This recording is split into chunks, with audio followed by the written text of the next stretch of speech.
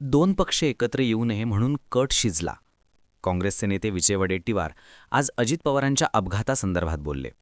ठाकरे गटाचे खासदार संजय राऊत यांनी तर थेट भाजपवरती आरोप केलेले आहेत. अजित पवार भाजपच्या घोटाळ्यांबाबत बोलले आणि त्यानंतर लगेच म्हणजे 13 दिवसांनी ही घटना घडली. हा घातपात आहे का, असाही संशय राऊतांनी व्यक्त केलाय. एकंदरीतच अजित पवारांच्या निधनानंतर राजकारण जोरात सुरू झालंय. खरं तर अजित पवारांच्या जाण्यानं सर्वसामान्य जनता अजूनही त्या धक्क्यामधून सावरलेली नाहीये, मात्र नेते मंडळी त्यावरूनच राजकारण करायला सुरू झालेले आहेत.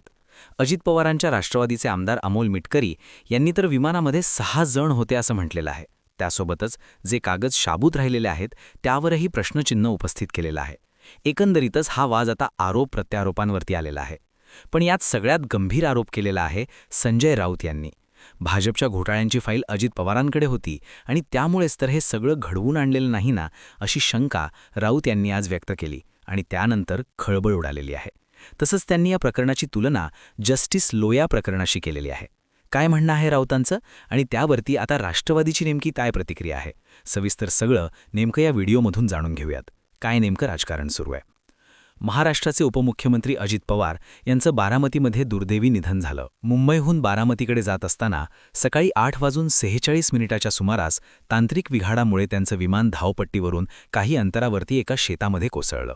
या घटनेमध्ये अजित पवार यांच्यासह विमानातील वैमानिक आणि कर्मचारी असे एकूण सगळे 5 जण ते सगळेचे सगळे दगावले. आता अजित पवारांच्या विमान अपघाताबद्दल संशय व्यक्त केला जातोय.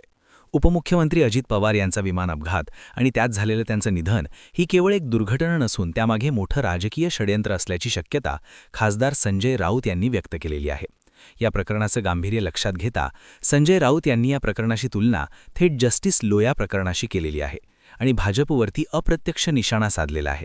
राऊतांनी अजित पवारांसोबत घडलेल्या या घटनेच्या वेळेवरती बोट ठेवताना एक खळबळजनक दावा केला की 15 जानेवारीला अजित पवारांनी जाहीर केलं होतं की त्यांच्याकडे भाजप नेत्यांच्या घोटाळ्यांच्या फाईल्स आहेत आणि त्या फाईल ते लवकरच उघड करणार आहेत.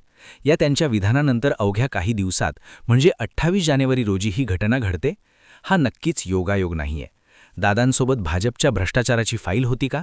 ते मुंबईमधून फाईल बारामतीला सुरक्षित ठेवायला घेऊन चालले होते का? असाही सवाल संजय राऊत यांनी उपस्थित केलेला आहे.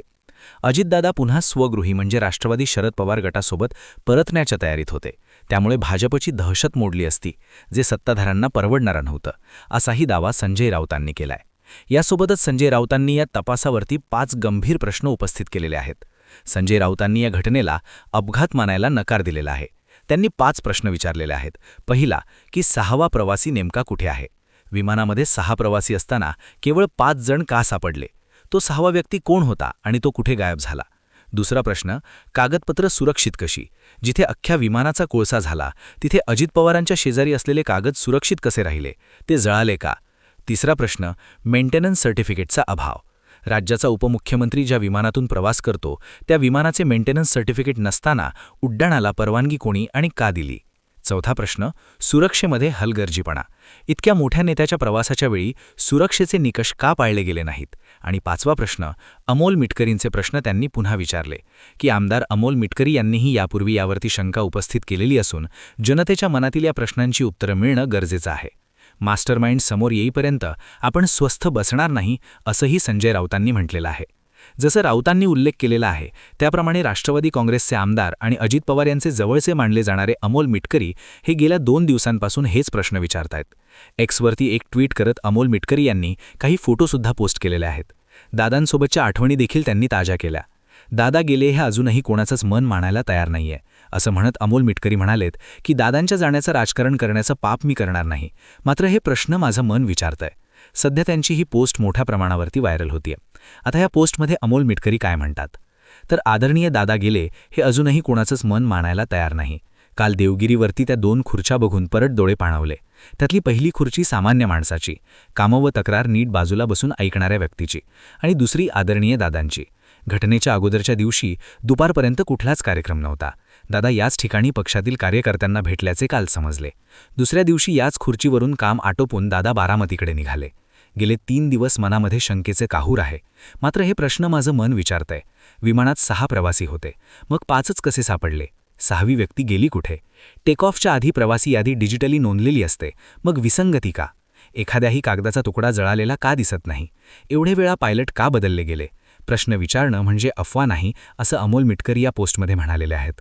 जे प्रश्न संजय राऊतांचे, तेच प्रश्न अमोल मिटकरींचे सुद्धा आहेत. पण इकडे काँग्रेसनंही या घटनेवरती शंका उपस्थित केलेली आहे. दोन्ही राष्ट्रवादी एकत्र येऊ नये यासाठी तर हा कट शिजला नाही ना, अशी शंका विजय वडेट्टीवार यांनी उपस्थित केलेली आहे. पुढे बोलताना विजय वडेट्टीवार यांनी म्हटलंय की खरं तर आपल्या संस्कृतीला आणि आपल्या हिंदू परंपरेला धरून हा शपथविधीचा कार्यक्रम झाला असं कोणीच मानायला तयार नाहीये. हा निर्णय सुनेत्रताईंनी एवढ्या घाईने ना घेतला असं लोकांचं मत आहे. कदाचित भाजपच्या दबावापुढे हा निर्णय झाला असावा असं वडेट्टीवार यांनी म्हटलेलं आहे. तर सुनील तटकरे म्हणालेत की वडेट्टीवारांना आमच्या पक्षावरती बोलण्याचा अधिकार नाहीये. अजित पवारांचा पक्ष आता मराठमोळ्या अस्मितेचा राहिलेला नसून तो पूर्णपणे अमित शहांच्या चरणी अर्पण झालाय, असं खळबळजनक विधान नंतर संजय राऊतांनी सुद्धा केलं की हा पक्ष आता गोयल, पटेल, पारेख आणि मोदी शहा यांचा झालेला आहे. भाजपनं प्रादेशिक अस्मिता जपणाऱ्या पक्षांना गिळंकृत करण्याचा धोरण अवलंबलेले असून राष्ट्रवादीचा हा गट आता 100% दिल्लीचा गुलाम झालाय, असं संजय राऊत म्हणाले. जे आमदार खासदार या गुलामीचा आनंद साजरा करतायत त्यांनी स्वतःला मराठी म्हणून घेऊ नये, असे शब्दांमध्ये संजय राऊतांनी घणाघात केला.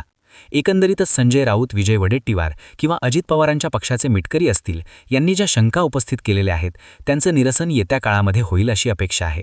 केंद्रीय मंत्री मुरलीधर मोहोळ यांनी ब्लॅक बॉक्स सापडल्याचं म्हटलेलं आहे आणि चौकशी अंती नेमकं काय घडलं होतं त्या घटनेमध्ये ते सत्य बाहेर येईल असं म्हटलेलं आहे. तुम्हाला या सगळ्या आरोप प्रत्यारोपांबद्दल नेमकं काय वाटतंय? हा खरंच घातपात असावा का? आपलं मत कमेंटमध्ये नक्की सांगा. या व्हिडिओमध्ये इथेच थांबतोय. धन्यवाद.